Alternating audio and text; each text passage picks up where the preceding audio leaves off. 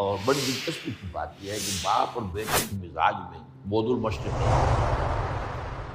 وہ تھے جنگجو اور سیاستدان اور بڑے سرداروں میں سے، یہ تھے انتہائی زاہد و عابد، انتہائی زاہد و عابد۔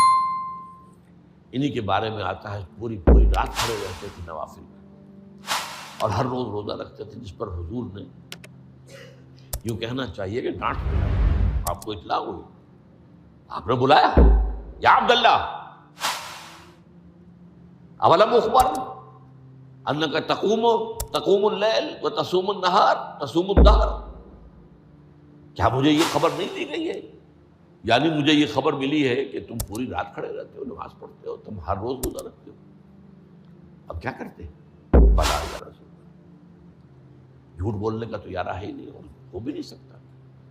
فرمایا لا تفعل، سخت